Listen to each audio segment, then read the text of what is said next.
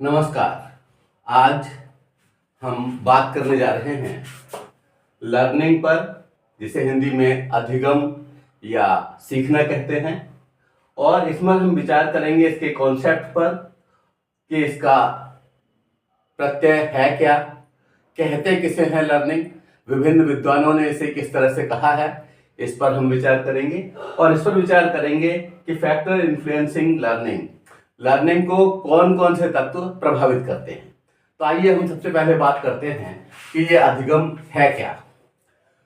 अधिगम या सीखना ही वह जादुई शब्द है जो हमें मानवों की पंक्ति में खड़ा करता है। सभी मानव जीवन में नित्य नए अनुभवों को अधिगमित कर व्यवहार में लाते हैं। अनुभव, शब्दावली, व्यवहार सभी में नित्य संशोधन और प्रगति की उत्तरोत्तर यात्रा, यही अधिगम है। यह केवल पुस्तकें एक निर्धारित समय में एक निश्चित स्थान पर हमको नहीं सिखाती, बल्कि जब भी हम किसी नए व्यक्ति से मिलते हैं, जब भी हम कहीं पर कोई नया व्यवहार होता हुआ देखते हैं और उसको हम अधिगमित करते हैं, उसको हम सीखते हैं, तो यह सारा का सारा ही लर्निंग के क्षेत्र में आता है, अधिगम के क्षेत्र में आता है। और केवल पुस्तकें नहीं, बहुत सारी चीजें, बहुत सारी व्यवस्थाएं हमको सिखाती हैं और हम पूरी जिंदगी इनका आनंद उठाते हैं। क्योंकि हम पूरी जिंदगी इसका आनंद उठाते हैं, इसका मतलब लर्निंग जो है वह जन्म से लेकर और अंत तक चलने वाली एक महत्वपूर्ण प्रक्रिया है। जब बच्चा पैदा होता है तब हम उसे स्पून फीडिंग कराते हैं, तो स्पून फीडिंग कराते कराते वह सीख जाता है कि स्पून से फीडिंग ऐसे होती है, बॉटल से फीडिंग ऐसे होती है, और इस तरह से बच्चा उसी समय से सीखना शुरू कर देता है और अधिगम से जुड़ जाता है। अधिगम या सीखना एक जन्मजात प्रक्रिया है, सीखना अनुभवजन्य है। विविध विचारकों ने अधिगम या सीखने को अपने अपनी थिंकिंग के हिसाब से, अपनी अपनी सोच के हिसाब से परिभाषित किया है। किस तरह से उन्होंने कहा है, आइए उनके विचारों को आपके साथ शेयर करता हूं। एक विचारक हुए हैं गेट्स ने अपने टीम के साथ में वर्क किया और ये पता लगाया कि अधिगम क्या है। ये कहते हैं कि अनुभव के द्वारा व्यवहार में होने वाले परिवर्तन को सीखना या अधिगम कहते हैं। किसके द्वारा? अधिगम के द्वारा, अनुभव के द्वारा। अनुभव से जब कोई सीखता है। इसी का आंग्ल version, learning is the modification of behaviour through experiences. ये बात उन्होंने 1946 में प्रकाशित की और इनकी पुस्तक के पेज नंबर 318 पर अंकित है। दूसरी बात, एक और विशिष्ट विचारक हुए हैं किंग्सले व हैरी। ये कहते हैं अभ्यास अथवा प्रशिक्षण के फलस्वरूप नवीन तरीके से व्यवहार करने अथवा व्यवहार में परिवर्तन लाने की प्रक्रिया को सीखना कहते हैं। बहुत ही सरल शब्दों में उन्होंने इसे बताने का प्रयास किया है। इसका आंग्ल वर्जन सुनिए कि learning is the process by which behaviour is originated और changed through practice and training.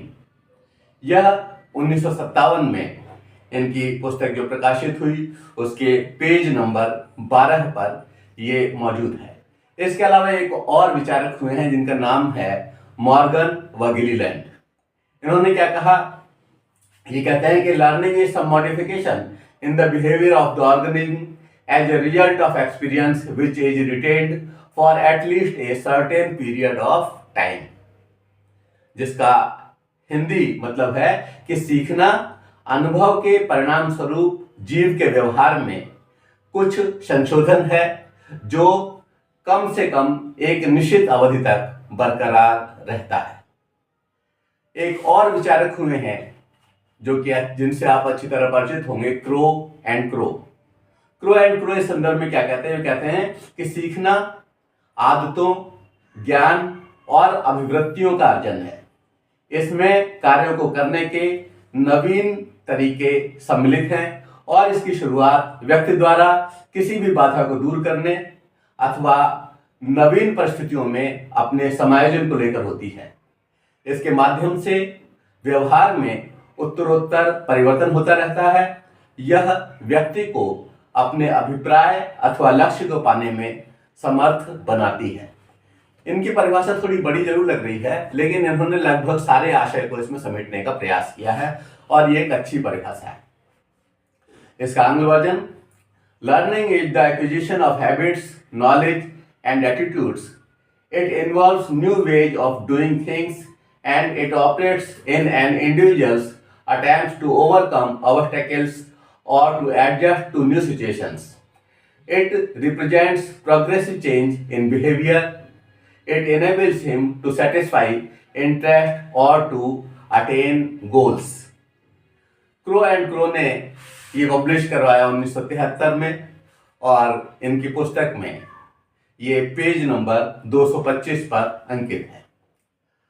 ये कुछ विद्वानों की परिभाषाएं जो थी, इनका अगर हम स्वयं मंथन करें, चिंतन करें, विश्लेषण करें, संश्लेषण करें तो ये पता चलता है कि अधिगम ऐसा नहीं है कि कोई मशीनी चीज हो। अधिगम एक बहुत ही सरल चीज है। हमारे विद्यार्थी इसको याद करने में अक्सर कंफ्यूज होते हैं और भ्रमित होते हैं, जबकि ये बिल्कुल कठिन नहीं है। बचपन से वो भी तो सीख ही रहे हैं, उन्होंने तो बहुत सारे तरीकों से चीजों को सीखना जाना है और आज वो बच्चे हमसे अच्छा मोबाइल चलाते हैं, हमसे अच्छा कंप्यूटर ऑपरेट करते हैं। इसका मतलब कि उनके अनुभवों ने उन्हें अच्छा सिखाया है। किताबें इतना अच्छा नहीं सिखा सकती। आप निदा फाजली के वो शब्द याद होंगे कि धूप में निकलो और बारिश में नहा कर देखो, यानी वहां पर निकलने के बाद वो हमें किताबों से ज्यादा अच्छा पढ़ाएंगे व्यवहार में। ऐसी स्थिति में हम व्यवहार में अच्छा सीखने के लिए, अच्छा पढ़ने के लिए उन चीजों को करें और सीखें और इस तरह से अधिगम के स्तर का उच्च उन्नयन करें।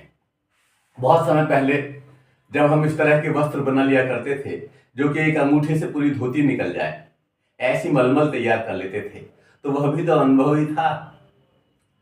तो अनुभव के आधार पर या किताब के आधार पर या आजकल आप YouTube से भी सीखते हैं, आजकल आप विभिन्न जो दृश्य श्रव्य साधन हैं उनके माध्यम से भी सीखते हैं। तो सबके माध्यम से अगर हम कुछ भी अधिगमित कर रहे हैं, कुछ भी सीख रहे हैं, तो वो सारा का सारा इसी परिक्षेत्र में आएगा।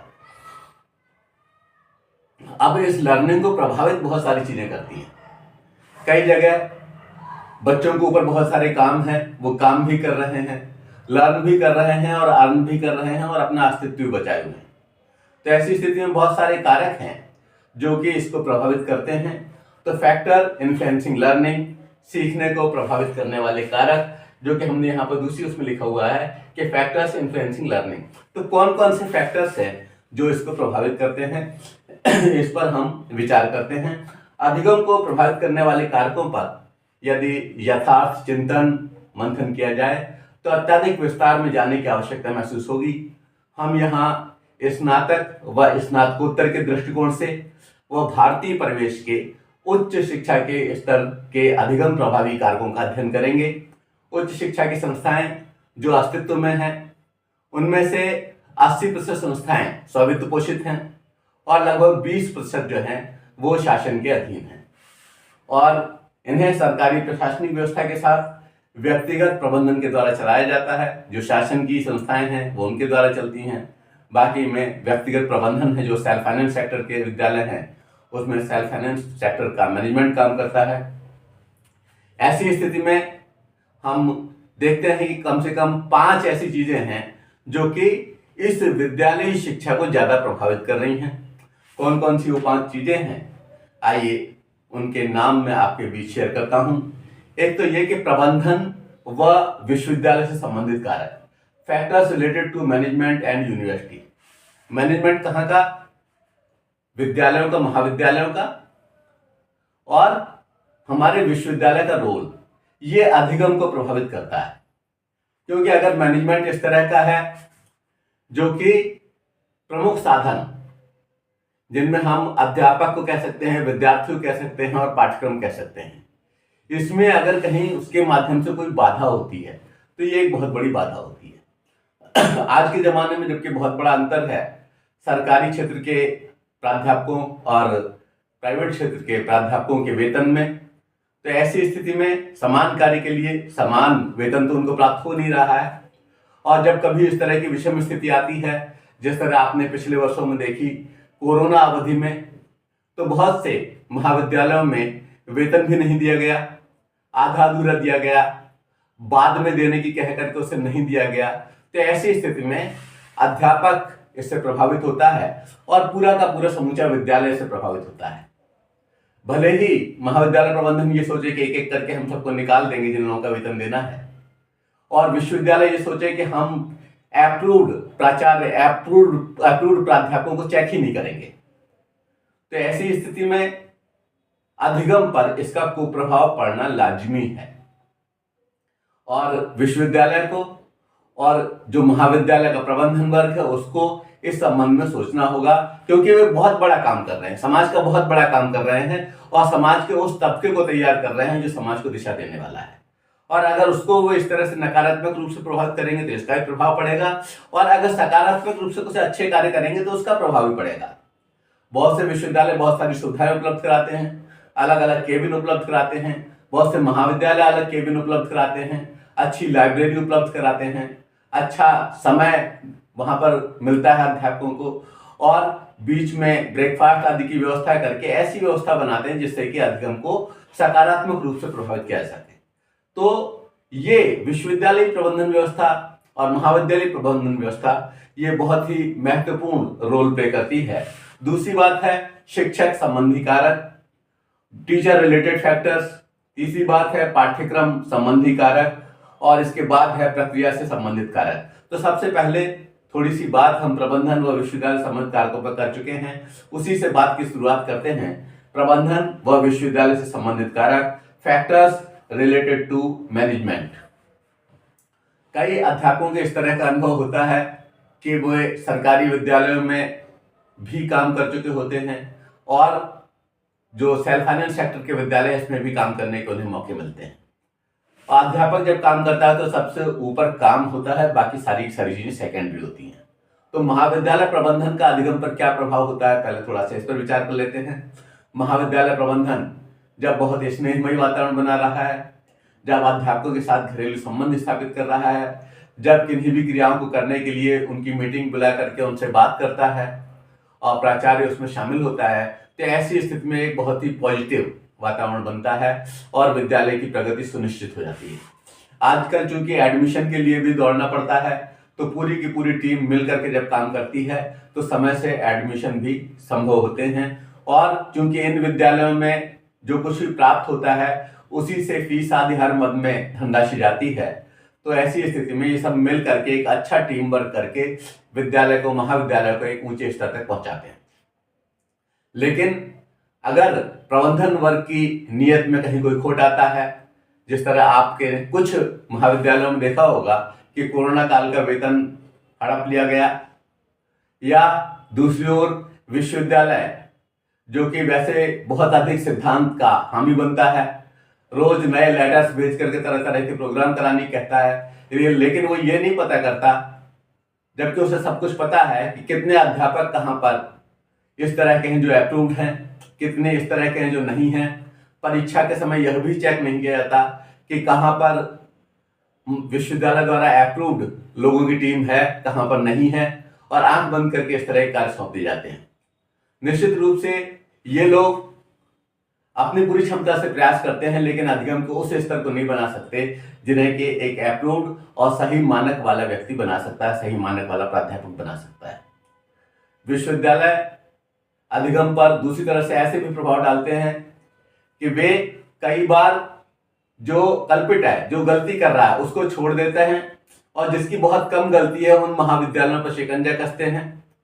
और कई बार तो इस तरह का लगता है, ये एक व्यावहारिक बात है कि जब हम विश्वविद्यालय की भूमि पर चलते हैं, जब सेल्फ फाइनेंस कॉलेज के लोग, तो उसका भी उन्हें पे करते हैं, और सिर्फ इस आधार पर बहुत सारी बातें होती है। हालांकि बहुत अधिक सुधारने के प्रयास हुए हैं, और जितना पॉजिटिव ये स्थिति बनेगी उतना ही अधिगम प्रभावी होगा सकारात्मक रूप से, और जितनी इस तरह की नकारात्मक स्थिति बनेगी उससे अधिगम नकारात्मक रूप से प्रभावित होगा।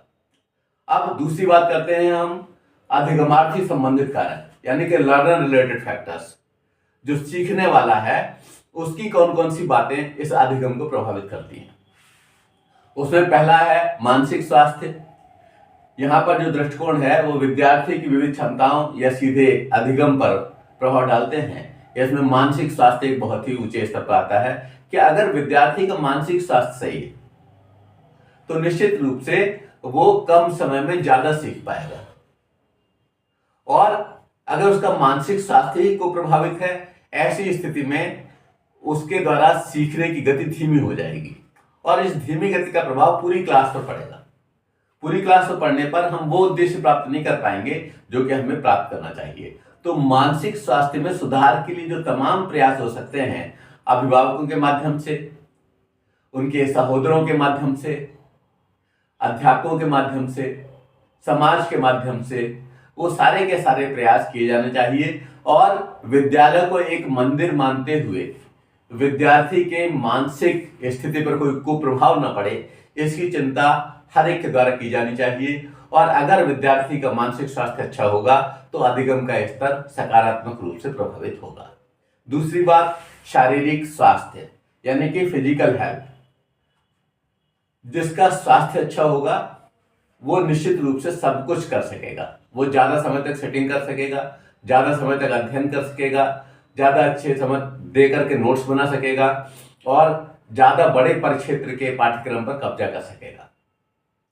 और जिसका स्वास्थ्य ही खराब है, पहले वह स्वास्थ्य से जूझेगा और स्वास्थ्य से जूझने के कारण वो समय को खो देगा, और समय को अगर खोएगा तो निश्चित रूप से वो अवसर से चूक जाएगा। आज के जमाने में सूचनाएं विद्युत की गति से उड़ रही हैं, बहुत तरह के चैनल्स उपलब्ध हैं, विद्यार्थियों को भटकाने वाले चैनल भी उपलब्ध हैं और विद्यार्थियों की विषय वस्तु वाले भी चैनल उपलब्ध हैं। वो यूट्यूब के माध्यम से किसी चीज को सीखना चाहता है तो उसे अपनी विषय वस्तु पर भी बहुत सारी चीज मिल जाएगी, और अगर बीच बीच में धोखे से या प्रचार के माध्यम से कहीं कुछ सौंपना चाहा और तो निश्चित रूप से विद्यार्थी भटकाव की ओर भी बढ़ जाएगा। ऐसी स्थिति में अगर उसका शारीरिक स्वास्थ्य अच्छा नहीं है तो भटकाव के चांसेस बढ़ जाएंगे। अगर शारीरिक स्वास्थ्य अच्छा होगा तो वो अपने आप को केंद्रीकृत कर सकेगा और अपनी विषय वस्तु को ही केवल तलाशेगा और उसका अध्ययन करेगा। एक और बात है, वह है मूलभूत क्षमता यानी कि बेसिक कैपेबिलिटी। तो बेसिक कैपेबिलिटी ये परिवेश से आती है या वातावरण से आती है, या घर परिवार और संस्कृति से आती है, समाज से आती है, और इसमें बच्चे को मूलभूत जो पेरेंटल गुण मिले हुए होते हैं, जो आनुवांशिक होते हैं, उन सब का भी प्रभाव पड़ता है। तो विद्यार्थी अगर ये देखता है कि हमारे यहाँ सभी लोग जूझ करके तप करके प्रगति के रास्ते पर चले हैं, तो ऐसी स्थिति में जूझने की कुव्वत उसमें भी पैदा हो जाएगी। और कुछ साइकोलॉजिकल कारण होते हैं, बच्चा अगर दूध मांग रहा है और उसे तुरंत उपलब्ध करा दिया गया, उसकी हर मांग को तुरंत पूरा किया गया, तो ऐसी स्थिति में उसकी लड़ने की क्षमता को प्रभावित हो जाएगी। और उसे संघर्ष करने के बाद अगर सारी की सारी चीजें मिलती हैं तो संघर्ष करने की प्रवृत्ति उसकी बढ़ेगी। तो हम पहले दिन से जब विद्यार्थी काम करना शुरू कर रहा है, हम उसके व्यक्तित्व को सांचे में गढ़ सकते हैं और ढाल सकते हैं। इसके लिए इन मूलभूत क्षमताओं पर हमें विशेष ध्यान देना होगा। देखना पड़ेगा कि बच्चे में कौन से गुण छिपे हुए हैं, उन छिपे गुणों को और अधिक निखारा जा सकता है। और एक बहुत ही महत्वपूर्ण बात है अभिप्रेरणा स्तर, मोटिवेशन लेवल। हमें उसे मोटिवेट करना है शुरू से। अगर मान लीजिए हमें सिखाना है कि बच्चा कुछ चीज उठा करके आपको दे सके, तो अगर वो उठा करके दे रहा है तो शाबाश, बहुत अच्छे, ताली बजा दी, तो वो मोटिवेटेड हो जाएगा। इसी तरह से जब वो अच्छे अंक ला रहा है तब हम उसे मोटिवेट करें। हम उसे हमेशा अंधी प्रतिस्पर्धा न धकेलें कि तेरे दोस्त पड़ोसी से भी कम आ गए, फिर जो उसका साथी है उसकी तुलना करें, तो ये चीज अच्छी नहीं है। क्योंकि केवल उस क्षेत्र में कुछ अंक अधिक ले आना ये किसी के अधिगम की कैपेसिटी का परिचायक नहीं है। तो ऐसी स्थिति में ये बहुत आवश्यक है कि हम प्रेरणा का एक सकारात्मक स्तर बनाएं, और केवल अध्यापक नहीं, उसके परिवेश में, उसके टच में जो जो आ रहा है, सभी उसे मोटिवेट करने का प्रयास करें। और अगर कहीं वो गलती कर रहा है तो उसे डांटे भी, क्योंकि ये भी एक तरह का मोटिवेशन है कि उसे सही कार्य करने के लिए प्रेरणा मिले और खराब कार्य करने के लिए नहीं।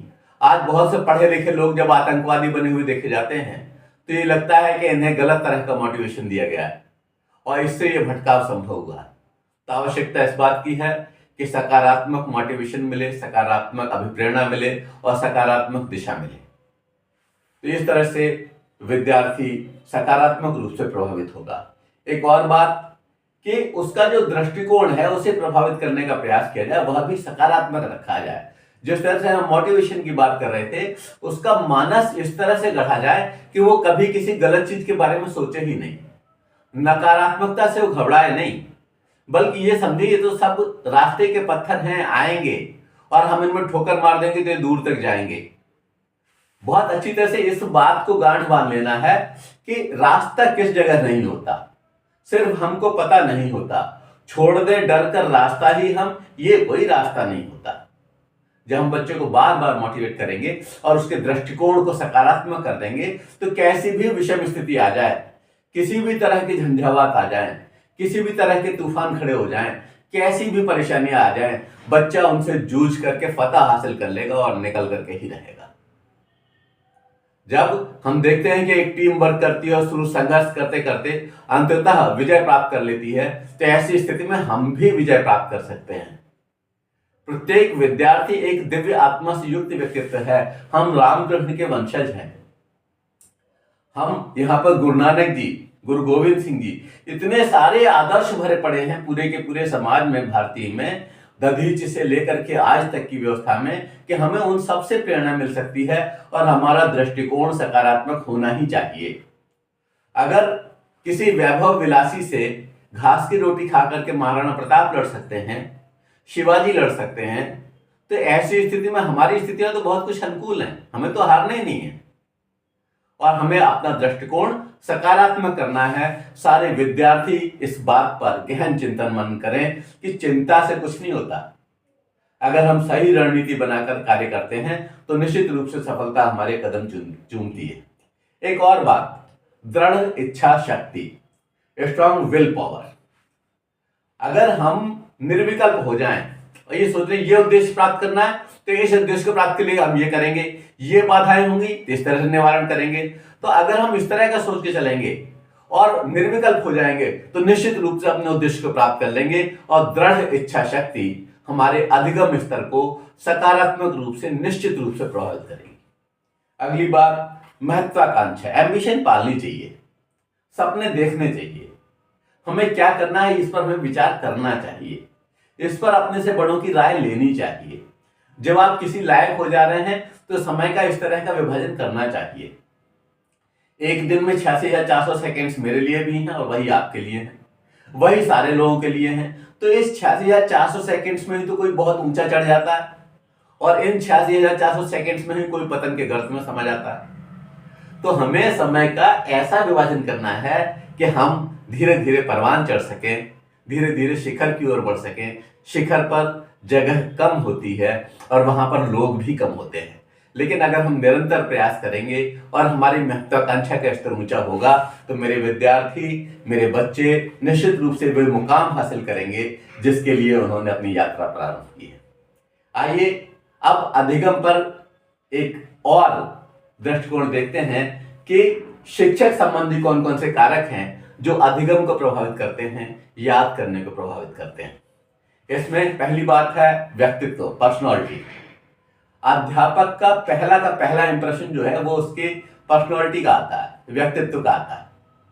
और अगर कंधे झुके हुए हैं, आवाज निकल नहीं रही है, जो कहा जा रहा है वो समझ में नहीं आ रहा है, तो ऐसी स्थिति में इंप्रेशन खराब हो जाता है। विषय वस्तु पर पकड़ होने के साथ साथ पर्सनालिटी इस तरह की हो जिससे कि अच्छा एक सकारात्मक प्रभाव डाला जा सके। और आप ये समझिए कि व्यक्तित्व भी धीरे धीरे गढ़ा जाता है और अगर हम प्रयास करें तो निश्चित रूप से सकारात्मक रूप से हम अपने व्यक्तित्व को गढ़ सकते हैं। और व्यक्तित्व को गढ़ने के लिए जो हमने विद्यार्थियों के लिए बात की थी कि स्वास्थ्य अच्छा हो, उसके लिए हम प्राणायाम करें, उसके लिए हम व्यायाम करें, उसके लिए हम कुंभक अंतर कुंभक करें, उसके लिए हम उद्गीत करें।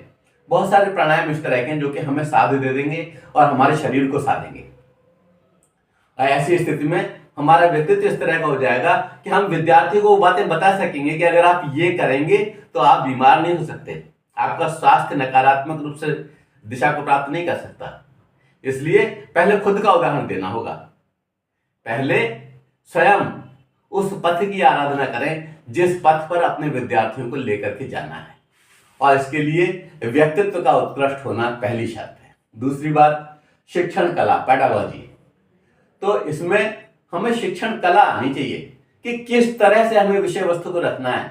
आज की कोई घटना है जैसे विद्यार्थी पढ़ करके आ रहे हैं, टीवी पर देखकर आ रहे हैं, उससे जोड़ करके हम अपने चैप्टर को कैसे पढ़ाएंगे, जैसे बच्चों को ये लगे कि हाँ ये धीरे धीरे करके सामान्य से कठिन की ओर बढ़ गए और पता ही नहीं चला कि कब पाठ्यक्रम शुरू हो गया, कब क्लास शुरू हुई, कब चैप्टर शुरू हो गया और चीजें सारी समझ में आ गई। तो ये एक बहुत अच्छी बात होगी।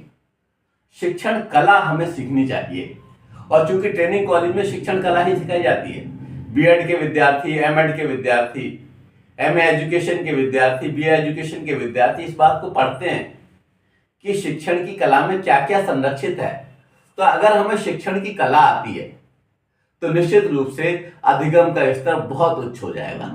इतना उच्च होगा कि विद्यार्थी पढ़ने के बाद घर पे जाकर के भी अगर कोई चीज उसकी अधूरी रह गई है तो उसे पूरा करना चाहेगा, मनन के माध्यम से, चिंतन के माध्यम से, विश्लेषण के माध्यम से, संश्लेषण के माध्यम से। और विद्यार्थी को आप इतना प्रेरित करें कि अगर कोई चीज समझ में नहीं आई है तब वह आपसे पूछे, इस तरह के उदाहरण हो, इस तरह का डेमो हो, इस तरह की चीजें हो, इस तरह के सहायक साधन इस्तेमाल किए जाएं उस शिक्षण कला की परिपक्वता को दिखाने के लिए। और अगर ये सब किया जाएगा तो अधिगम का स्तर बहुत ऊंचा हो जाएगा। अगली बात, शिक्षण कौशल, टीचिंग स्किल्स। टीचिंग स्किल्स बहुत महत्वपूर्ण है, और जितने ट्रेनिंग कॉलेजेस हैं उनमें सारे स्किल्स तो नहीं बताए जाते, और सारे स्किल्स में कोई पारंगत भी नहीं होता। अगर मान लीजिए अध्यापक किसी एक स्किल में पारंगत है या बहुत ज्यादा जानता है, 100% में से 90% मान लीजिए वो जानता है, तो अपने विद्यार्थियों को मैक्सिमम 90% ही दे सकता है, और पूरा का पूरा देना बड़ा मुश्किल है। तो अगर मान लीजिए वहां 80% या 70% ट्रांसफर हुआ तो बाकी तो फिर विद्यार्थी को अपनी मेहनत से सीखना होगा। तो इन कौशल पर पकड़ बनाना बहुत जरूरी है, इन स्किल्स का आना बहुत जरूरी है। मान लीजिए ब्लैक बोर्ड स्किल है, तो ब्लैक बोर्ड स्किल में अक्षरों का समान बनना, अक्षरों अक्षरों के बीच की दूरी का बराबर होना, शब्दों शब्दों के बीच की दूरी का बराबर होना, पंक्ति पंक्ति के बीच की दूरी का बराबर होना, ये सब अनुभव से, अभ्यास से आएगा। और हमें एक एक स्किल पर पकड़ बनानी है। सारे स्किल्स हमारे विद्यार्थी पढ़ते हैं, और माइक्रो टीचिंग पाठ्यक्रम में रखी गई है इसी वजह से कि हर स्किल के बारे में विद्यार्थी जान सके। तो इन स्किल्स को अध्यापक को भी जानना बहुत जरूरी है, और अगर वे सारे स्किल जानेगा तो अधिगम का स्तर बहुत अधिक प्रभावी हो जाएगा। क्योंकि जब हम मैक्रो प्लानिंग करते हैं तो इन सारी जो माइक्रो टीचिंग के स्किल्स हैं इन सबको जोड़ करके एक साथ प्रस्तुत करते हैं, और जब एक साथ प्रस्तुत करते हैं तो पाठ्यक्रम बहुत ही अधिगम युक्त हो जाता है, और अधिगम करने में बड़ी सरलता हो जाती है क्योंकि सारे स्किल यूज किए जा रहे हैं। वहां विद्यार्थी को विनोद भी मिल रहा है, वहां विद्यार्थी को उदाहरण भी मिल रहे हैं, वहां विद्यार्थी को सही एक्सप्लेनेशन भी मिल रहा है, वहां ब्लैक बोर्ड जो स्किल है उसका भी अच्छा प्रदर्शन मिल रहा है। तो ये सारे के सारे स्किल मिल करके अधिगम के स्तर को बहुत ऊंचा कर देते हैं, और यही आज की आवश्यकता है।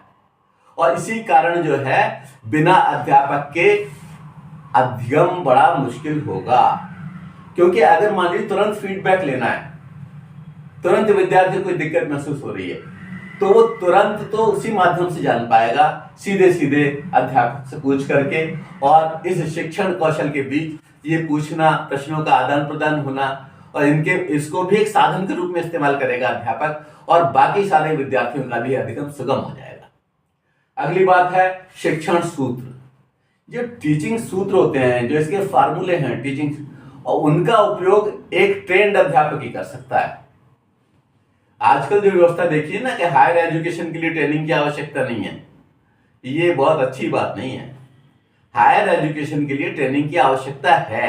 अगर 9th-10th के लिए हम शिक्षण सूत्र सिखाते हैं बीएड एमएड के विद्यार्थियों को, तो ये तो सभी को सिखाया जाना चाहिए। और सारे के सारे अध्यापक, भले ही वो पीजी लेवल को पढ़ा रहे हों, भले ही वो डिग्री लेवल पढ़ा रहे हों, उन्हें पता होना चाहिए कि शिक्षण के सूत्र क्या है और इन सूत्रों का इस्तेमाल कैसे किया जाता है, इनसे अधिगम का स्तर कैसे बढ़ता है।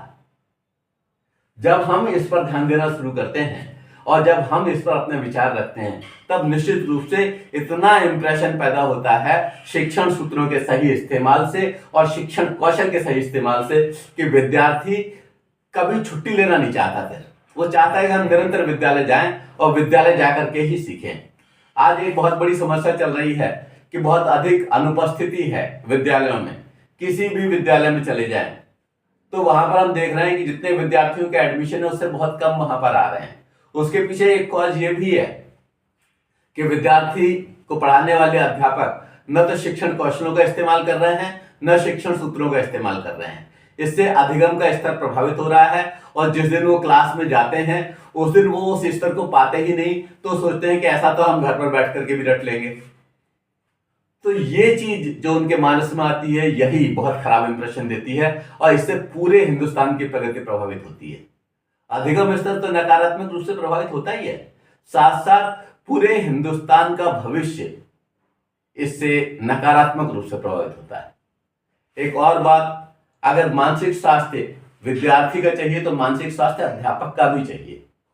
अध्यापक का मानसिक स्वास्थ्य उत्तम होगा तब विद्यार्थी के सारे प्रश्नों के उत्तर देगा, बिना झुंझलाए उत्तर देगा, हंसते हंसमुख रहते हुए उत्तर देगा और उसे प्रेरित करेगा कि वो इस तरह के और प्रश्न पूछे। और अगर मानसिक स्वास्थ्य ही खराब है तो झुंझला जाएगा, गुस्सा करेगा, इस तरह की बात का प्रदर्शन करेगा, ऐसे शब्द ऐसी लाइनें बोलेगा जिससे कि बच्चा अगली बार पूछने की हिम्मत भी नहीं कर पाएगा। तो मानसिक स्वास्थ्य का सही होना अधिगम को सकारात्मक रूप से प्रभावित करने के लिए बहुत आवश्यक है और इसलिए मेंटल हेल्थ व्यवस्थित रखी जानी चाहिए। एक और बात, समायोजन स्तर, एडजस्टमेंट लेवल।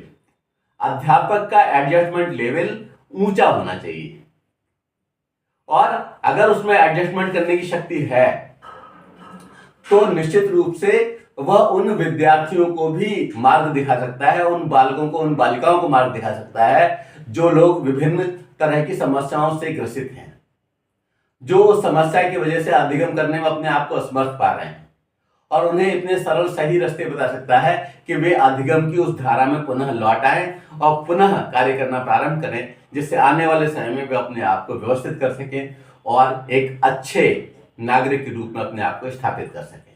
इसलिए समायोजन का ये गुण अध्यापक में बहुत जरूरी है। कुछ बातें हैं जो पाठ्यक्रम संबंधी हैं, तो पाठ्यक्रम संबंधी कौन कौन से कारक हैं, करिकुलम रिलेटेड फैक्टर्स कौन से हैं, आइए थोड़ी सी बात इस पर कर लेते हैं। पहली बात, यथार्थ धरातल आधारित पाठ्यक्रम यानी कि रियल ग्राउंड बेस्ड करिकुलम। वो ऐसा होना चाहिए जो कि यथार्थ पर आधारित हो। आजकल हम देखते हैं कि वो ऐसे लोग नीतियां बना रहे हैं जिनका जमीन से कोई वास्ता ही नहीं है। तो ऐसी स्थिति में उनकी नीतियां भी इस तरह की होंगी जो कि धरातलीय नहीं होंगी, जो धरातल पर उतारने लायक नहीं होंगी। इसी तरह से हमारे पाठ्यक्रम में आज की क्या आवश्यकता है, और हिंदुस्तान का पाठ्यक्रम है तो इसमें हिंदुस्तानी पूर्वजों को बताने की आवश्यकता है कि हमें विदेशियों को बताने की आवश्यकता है। अगर कहीं हमें कंपैरिजन करना है तो हम भले यूज कर लें, लेकिन अपने यहाँ को बिल्कुल छोड़ते हुए चलेंगे तो ये अच्छा पाठ्यक्रम नहीं होगा। आवश्यकता इस बात की है कि हम अपनी उस विरासत पर भी गर्व कर सकें जो कि हमारे पूर्वजों ने हमको दी है, और अगर हम ऐसा कर पाएंगे तो निश्चित रूप से हम प्रगति को सुनिश्चित कर पाएंगे और हमें ये लगेगा कि हमारे जो शरीर में खून दौड़ रहा है वो ऐसे पूर्वजों का है जो इतने ऊंचे स्तर के थे। तो उनके आदर्श रखने चाहिए, उनके द्वारा तलाशी की बातों को बताना चाहिए। आज कणाद ऋषि के बारे में, रसना और रसायन शास्त्र की जनदाता के बारे में लोगों को नहीं पता है, विदेशी लोगों के बारे में हम जानते हैं, क्योंकि जिस समय हम गुलाम हुए थे उस समय जो पाठ्यक्रम आया था वही पाठ्यक्रम हमें दिया जा रहा है। तो इसे बदलने की आवश्यकता है। इसे भारतीय ग्राउंड पर बेस्ड पाठ्यक्रम जो है होना चाहिए। अगली बात, व्यावहारिक प्रस्तुति योग्यता, प्रैक्टिकल प्रेजेंटेशन एबिलिटी। केवल सैद्धांतिक रूप से रट करके दूसरे विद्यार्थी को ट्रांसफर नहीं किया जा सकता और ऐसे में ट्रांसफर ऑफ लर्निंग नहीं हो सकती, और जब ट्रांसफर ऑफ लर्निंग नहीं हो सकती तो अधिगम का स्तर ऊंचा हो ही नहीं सकता। आवश्यकता इस बात की है कि हम नीचे से ऊपर के पाठ्यक्रम को इस तरह से जोड़ें कि जो विषय वस्तु है वह क्रमशः ऊंची से ऊंची होती चली जाए और वह हमारे देश के अनुकूल हो, हमारे देश की जमीन पर आधारित हो। आप ये समझिए कि हमने अगर अपने यहाँ गाय को माँ कहा तो उसके पीछे कॉज था कि गाय हमारे काम आ रही थी, उसका दूध काम आ रहा था, उसका गोबर काम आ रहा था, उसके बछड़े, उसके बैल काम आ रहे थे। और अगर हम यही ब्रिटेन के परिवेश में पहुंच जाए तो वहां पर ये सारे के सारे काम घोड़ी के माध्यम से होते हैं, तो वहां पर गाय को मां नहीं कहेंगे, वो घोड़ी को कह सकते हैं। तो ऐसी स्थिति में हमें अपने परिवेश के हिसाब से, हमारे यहाँ के हिसाब से क्या है, उस पर ज्यादा ध्यान देने की आवश्यकता है। और व्यावहारिक रूप से जब हमें प्रस्तुति की योग्यता आ जाएगी और हम उसे यहाँ के धरातल पर, यहाँ के उदाहरणों के साथ समझाने का प्रयास करेंगे, तब हमारे विद्यार्थियों को, तब अधिगमार्थियों को अच्छी तरह से अधिगम हो सकेगा और उन्हें ज्यादा व्यावहारिक भी लगेगा। जब हमें ना ऐसा उदाहरण देंगे जो उन्होंने देखा ही नहीं है, जो उन्होंने सुना ही नहीं है, जो समझा ही नहीं है, तो अधिगम दुरूह हो जाएगा। अगली बात, प्रभावपूर्ण पाठ्य वस्तु आयोजन, इफेक्टिव करिकुलम प्लानिंग। हमारी प्लानिंग इस तरह की हो जो उन्हें एक ऊंचे स्तर से जोड़ने में समर्थ हो सके और हमारे विद्यार्थी दकियानूस न रह जाए, रूढ़िवादी न रह जाए, उनके मस्तिष्क खुले और वे सर्वग्राही हो जाएं। वो ये पहचान सके कि निर्छीर विवेक कर सकें क्या उचित है क्या अनुचित है। जब हम इस तरह का पाठ्यक्रम रखेंगे तब निश्चित रूप से वह पाठ्यक्रम हिंदुस्तान की प्रगति में सहयोग देगा और तब अधिगम भी अधिक प्रभावी होगा। और अगर हम इस तरह का पाठ्यक्रम की रचना नहीं कर पाए तो हम बाहर से भले ही कुछ भी कहते रहें, चाहे कितनी भी अच्छी शिक्षा नीति बना लें, लेकिन हमारा वो अधिगम प्रभावी होगा ही नहीं। अगर हम उन्हें पढ़ाने वाले अध्यापकों के साथ न्याय नहीं करेंगे तो वो भी पाठ्यक्रम के साथ न्याय नहीं कर पाएंगे और फिर सही पाठ्यक्रम बन ही नहीं पाएगा। इसलिए आवश्यक है कि इस तरह का प्रभावपूर्ण पाठ्य वस्तु बने और वह अमल में लाई जाए। अगली बात, प्रक्रिया से संबंधित कारक, प्रोसेस रिलेटेड फैक्टर्स कौन कौन से हैं? इसमें पहली बात है परिस्थिति। परिस्थिति प्रभावित करती है और परिस्थिति की वजह से अधिगम प्रभावित होता है। अब ये परिस्थिति अध्यापक की, विद्यालय की, विद्यालय में अधिगम के कौन कौन से साधन उपलब्ध हैं, वहां को क्या व्यवस्थाएं हैं, किस स्थान पर बना हुआ है, अधिगम योग्य उचित परिस्थितियां वहां पर हैं। अगली बात, वहां का वातावरण, वातावरण कैसा है, शांत है या मेन मार्केट में विद्यालय है और वहां पर कभी भी शोर होता रहता है, या वहां पर कलह का वातावरण है, प्रबंधन अच्छा नहीं है, अध्यापकों के बीच अच्छा समायोजन नहीं है। अगर ये सारी की सारी स्थितियां, तो इन सब का प्रभाव पड़ता है। और सबसे ज्यादा जो प्रभाव पड़ता है वो संसाधनों का पड़ता है कि आज जब हम दृश्य श्रव्य साधन के माध्यम से कम समय में ज्यादा कुछ बता सकते हैं, तो थोड़ा सा लिखा करके और पीरियड खत्म हो जाए, ये स्थिति बड़ी दुरूह है। पाठ्यक्रम बहुत बड़ा है और सारा का सारा संप्रेषित करने के लिए अच्छा खासा समय चाहिए। इसमें से भी बहुत दीर्घकाल तक विद्यार्थियों की अनुपस्थिति से नकारात्मक रूप से प्रभावित करती है और अधिगम इससे इफेक्टिव होता है।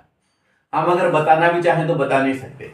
जो कोई शासन हमारे ऊपर पैसा खर्च करता है और हमको सिखाता है, वह सारा का सारा अगर हम संप्रेषित करना चाहते हैं तो वो संभव ही नहीं हो पाता, क्योंकि कभी कोई विद्यार्थी आ गया, कभी कोई विद्यार्थी आ गया, तो ऐसी स्थिति में वो विद्यार्थी ने वो चीज नहीं पढ़ी जो उस दिन पढ़ाई गई थी, और जो आप उसे हम आगे की बता रहे हैं तो वो उससे रिलेट नहीं कर पा रहा है, तो ये दिक्कत पैदा होती है। तो लगातार उपस्थिति रहे और जो संसाधन है जिनके माध्यम से हम पढ़ा रहे हैं, वो सारे के सारे संसाधन विद्यालयों में होने चाहिए और नॉर्म्स में रखे जाने चाहिए कि ये मानक के तहत हैं और इतना होना तो बहुत ही आवश्यक है, और अगर इतने से कम है तो ये गलत है। तो पहले उन संसाधनों को पूरा किया जाए और संसाधनों का इस्तेमाल करके हम विद्यार्थियों के अधिगम स्तर को बढ़ा सकते हैं। इसके अलावा भी बहुत सारे कारक इसे प्रभावित करते हैं। अन्य विविध कारक, अदर मिसलेनियस फैक्टर्स कौन कौन से हैं, और वो केवल एक वर्ग के लिए नहीं, केवल अध्यापकों के लिए नहीं, केवल प्रबंधन के लिए नहीं, केवल विद्यार्थियों के लिए नहीं, केवल हर चेतन शक्ति के साथ ही वो चीजें जुड़ी हुई होती हैं। उसमें एक है स्मरण।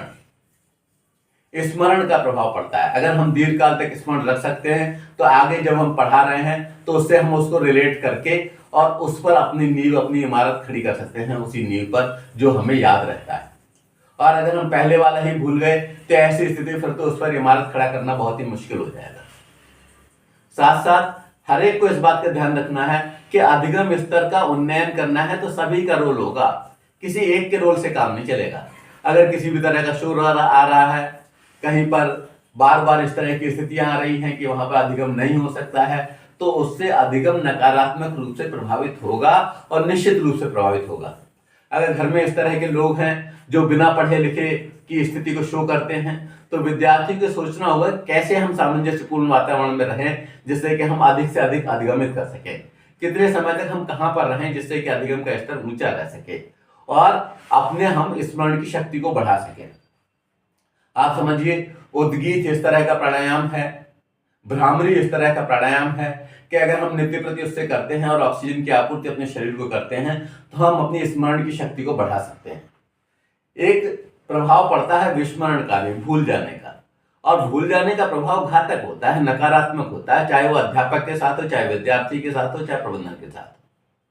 जो बात हो गई है अगर उसे भूल जाया जा रहा है तो ये बहुत खराब प्रभाव डालता है।